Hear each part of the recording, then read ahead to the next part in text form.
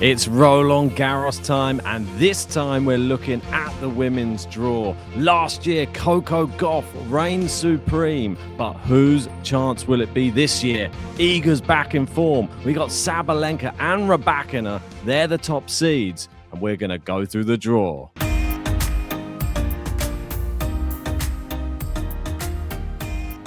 That's right, it's time for the women's Roland Garros draw reaction.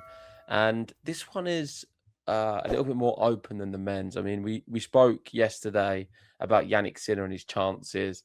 He is the biggest favourite in the last 15 years at a Roland Garros. And considering you've had Rafael Nadal dominating the event, that's insane.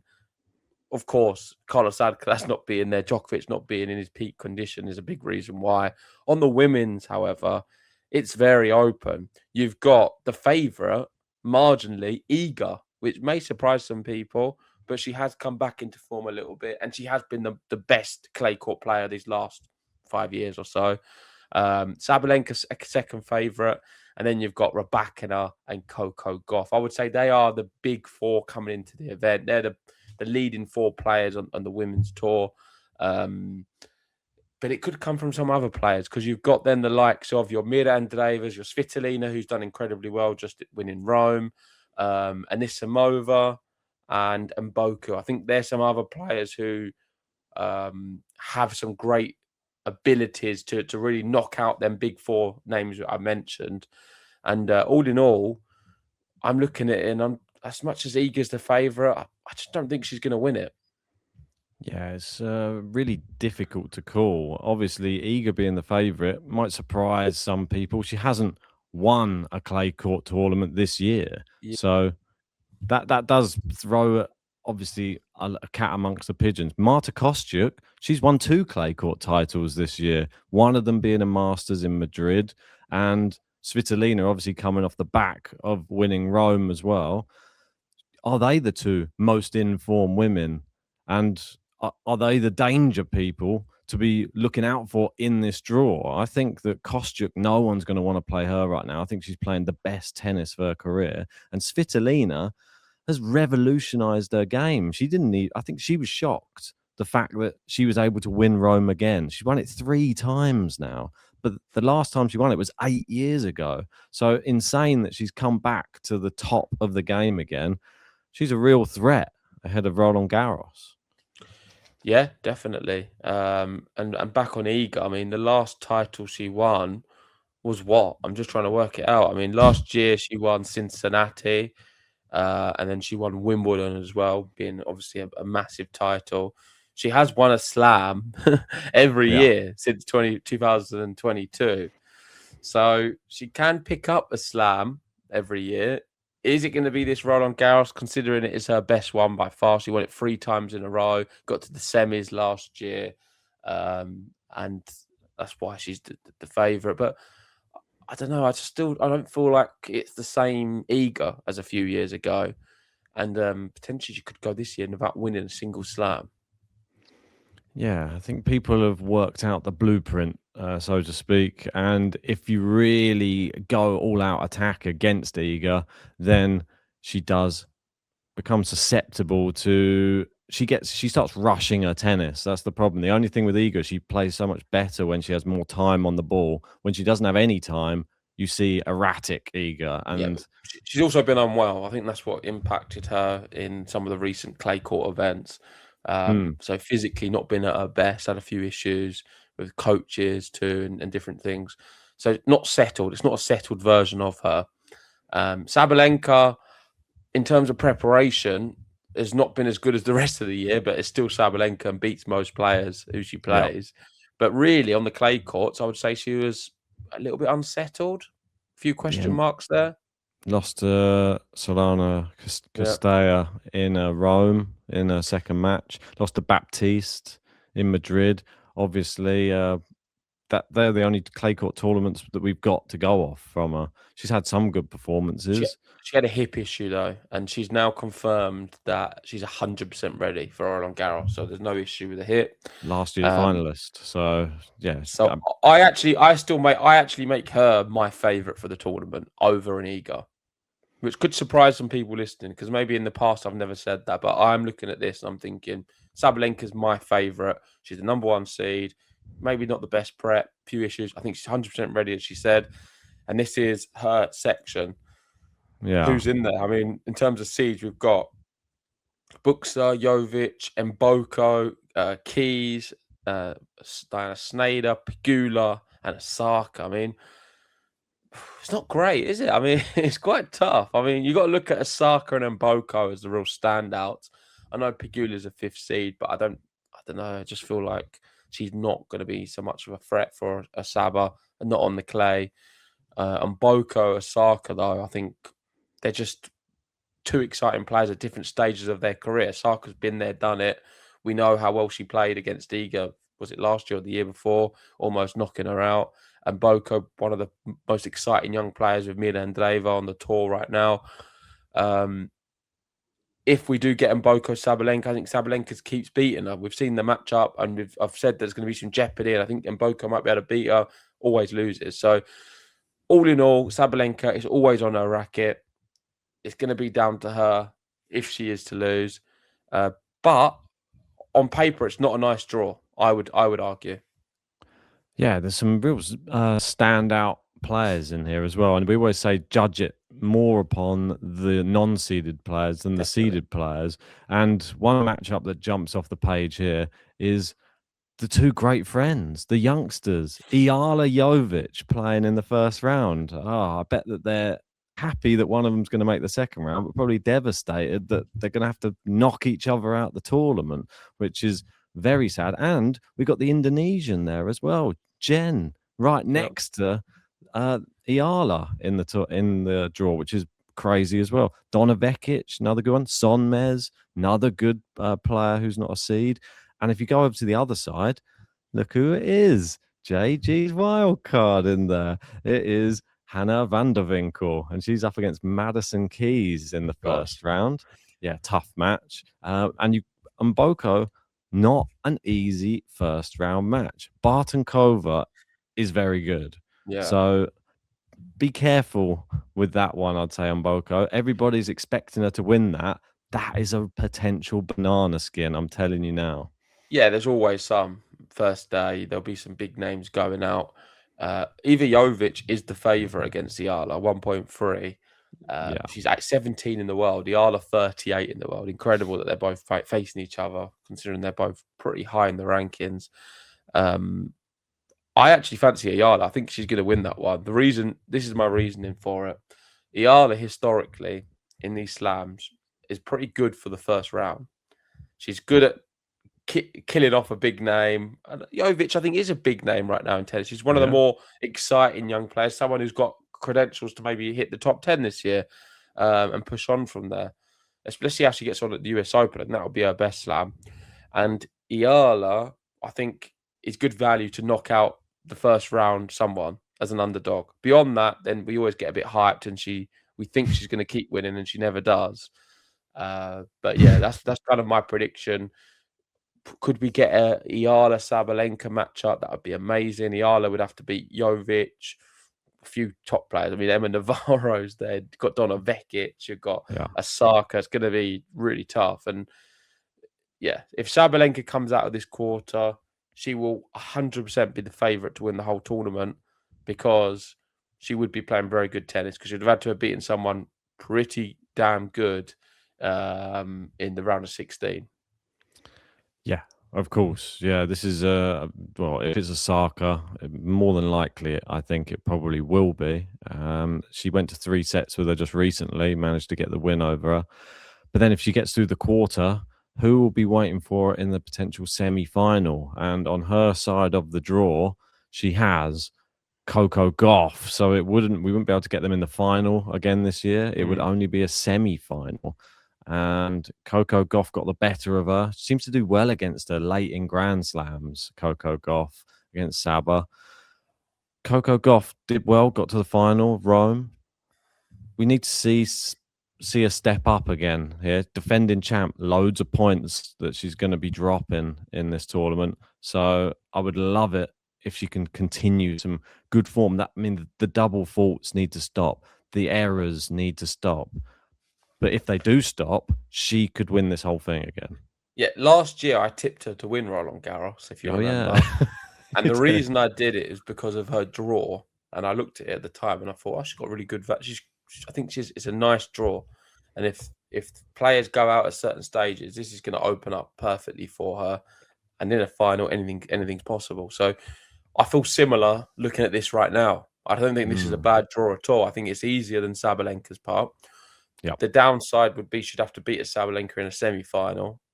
I don't think she would if they are to face each other, but let's wait and see. But looking at this, I mean, Noskova, someone who I've got for the top 10. Yep. I'm pleased she's got Sakari because Sakari fouls all the time at Grand Slams. Anisimova, of course, fantastic. What's she been up to? I've not even seen much of Anisimova. No, I haven't. I'm gonna have a quick check on Amanda, see what she's been up to. So in far, Rome, she's not she didn't play. No. Yeah, she's not played since Miami, so she hasn't played any clay court tennis yet this year. Yeah, I thought so. I don't remember seeing her, so I don't know what Yeah. to expect, but she could be still quite good. But yeah, Maybe. Coco Gauff to lose. She's the standout. I don't know. I don't really know where else to go with it. Is that King Wing Zheng there? Right hand side unseeded. Yeah, it is. Yeah. That somebody who's done well, obviously on the courts of Roland Garros, but at the Olympics and did very well. The other name that I was just about to speak about was Potapova. I think that she's actually come back to a bit of form of late in Coco Gauff's little section there. She did quite well in Rome, got through to, was it quarterfinals potentially, I think. Did okay in Madrid as well. So she's won, not going to be easy. The other match that jumps off the page on the left, I don't know if you remember Boisson and how good that she was. So Boisson's up against Kalinskaya. So that, for me, is like a little pick of this little quarter. She's good here as well because of the French fans. Exactly. So that one jumps off the page. Boisson. Parry as well. What about Parry? Parry, another player who, the crowd will be on her side. They do well. There's always going to be a French story at Roland Garros. Always. Always. No matter what, there's going to be someone who does well from France. Potapova was just speaking about it. Do you know she's dating Greek sport? Yeah, I think I saw that on. Yeah, because he's always there, and he was giving her some tips and some coaching. She was just like abusing him.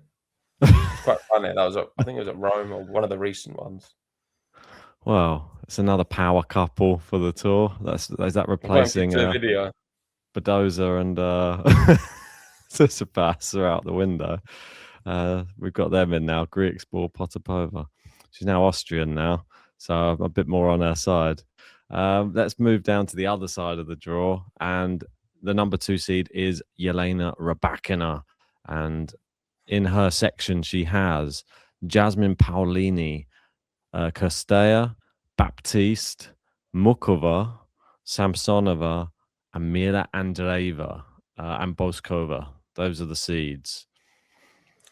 Yeah, I mean, with Rybakina, quickly, she's probably the quietest major threat for the whole tournament.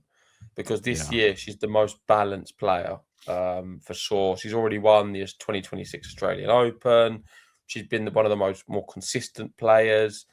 And yeah, I think her style and her calm persona, the way she is very consistent, is super dangerous. So see how she gets on. I think it's not that easy. It's a pretty tough quarter. You got Paolini, who's good on the clay, but not having a very good year. You got Krajcikova, who's won this event before. You've got Mukova, who, if her wrist's okay and she's not injured, can beat anyone, I think. And Mira Andreeva at the top, probably with Mboko, if not probably better than Mboko. One of the best young players in the world. So I think it's not a nice section at all for Rybakina. But she's just a very good player. And if anyone's going to go and trouble Sabalenka, I feel like it's Rybakina. Never been past the quarterfinals at Roland Garros yet. That's the downside. So the downside is her style of tennis, the way she plays, not going to suit a slow clay court. Coco No, Gauff, Iga, it suits them. She struck this surface is not for her at all. you Her saw it in surface is Rome. something a bit faster, In Rome, Svitolina ground it out for and sure. was able. Yeah, Yeah. so that's the more You got interesting. Raducanu here as well. What about her chances? Is she Is she playing? going to pull up? Not she, right. no, she plays the slams, does she? I don't know. I Could be a don't good know deal anymore. for her. I think I've just given up She's with. reunited with an old coach. Have you seen that? She's got back one of the other Another ones. one. No, she's gone back. She goes back to them because there's only so many coaches you can possibly have.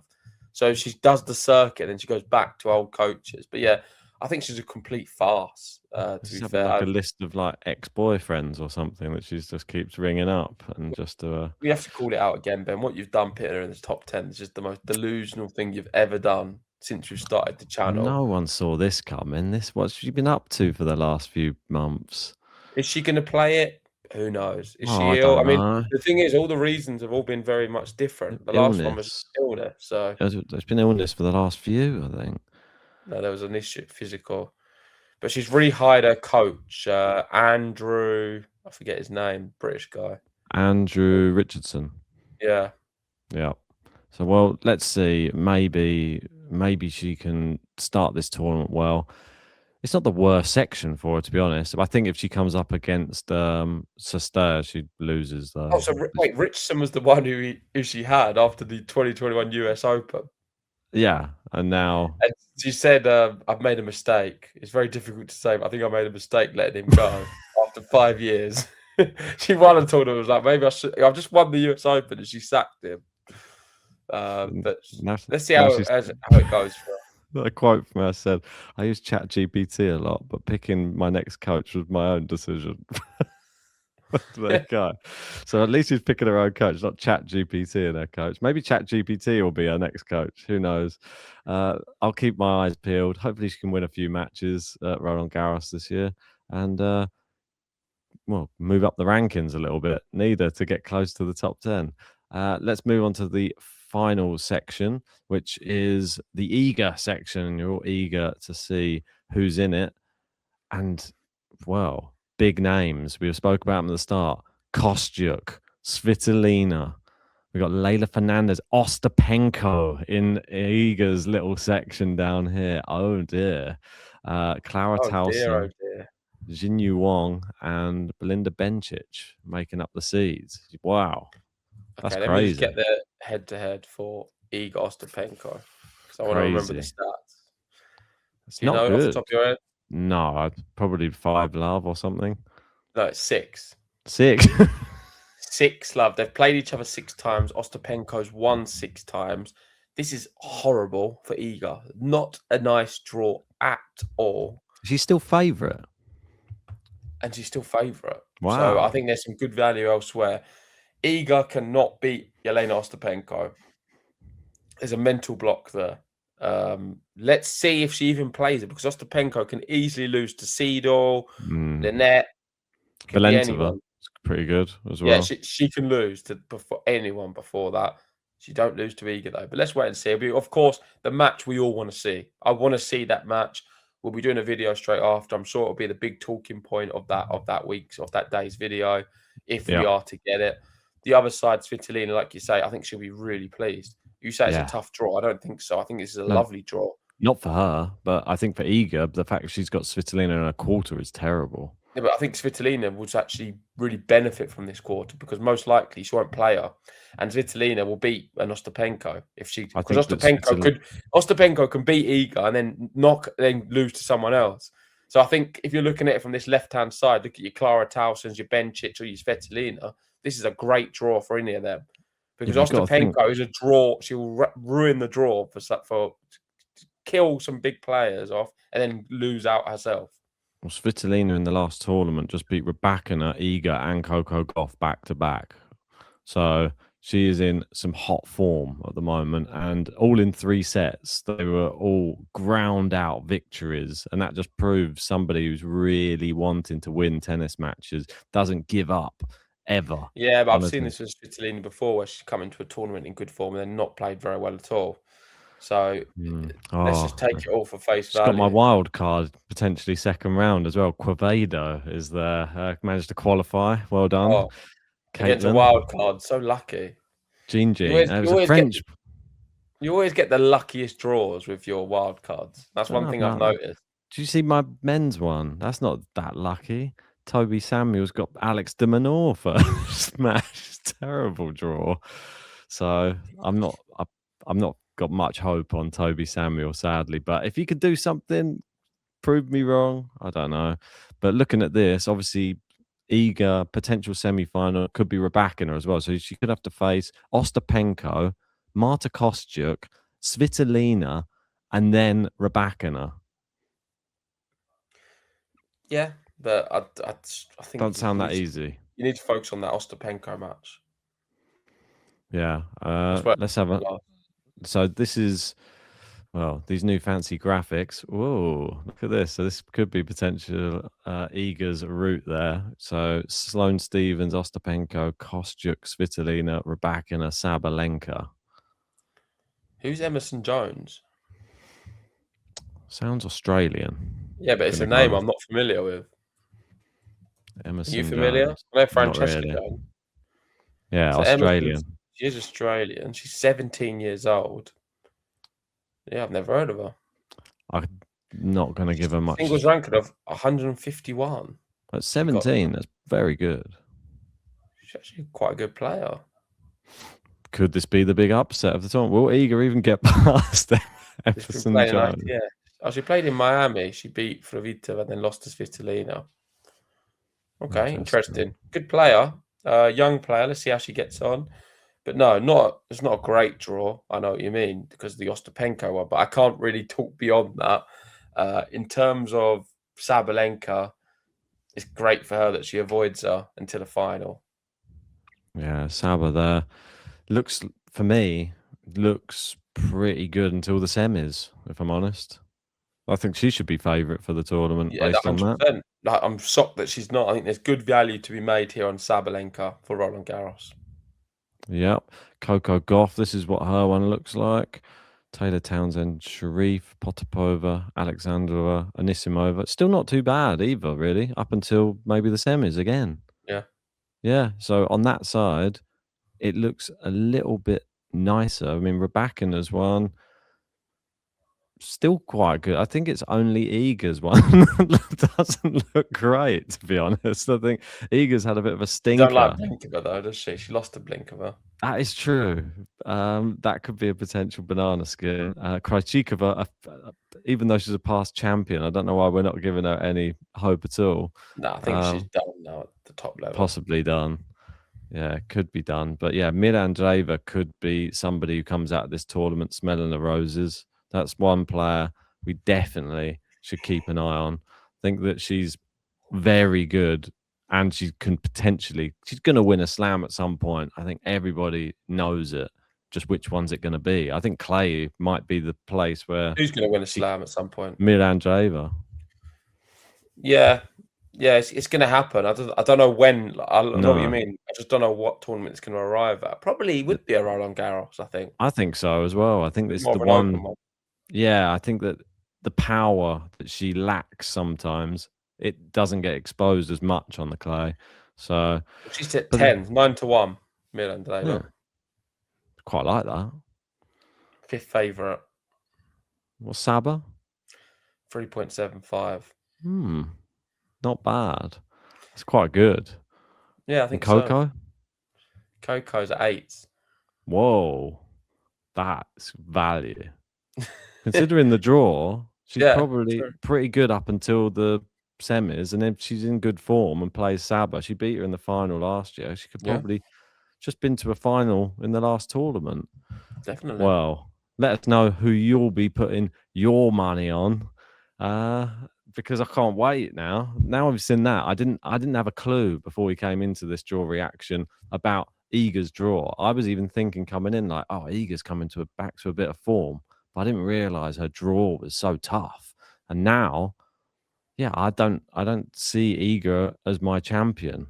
But everything can change. We'll do a draw preview. We'll go through round by round. And who knows who will come out on top. Yeah. I didn't see her as my champion before I saw the draw. Now I've seen it, I'll see it less completely. But let us know what you think in the comment section. Of course, we'll be going round by round, doing all of that stuff. Go check out our men's instant draw reaction too. And yeah, we'll see you very soon for Roland Garros. It's all kicking off. The qualifiers, are they finished fully now? Pretty much. Yeah, they're all in. So they're all going to be placed in the draw. I need to go and check that out actually and have a look into it. And we'll see you very soon for some action. If you haven't already, hit the like button, subscribe if you're new, and we'll see you soon. Will do. Make sure to sign up to the ATP Fantasy and join our league. And yeah, you've only got a couple of days to get your team in.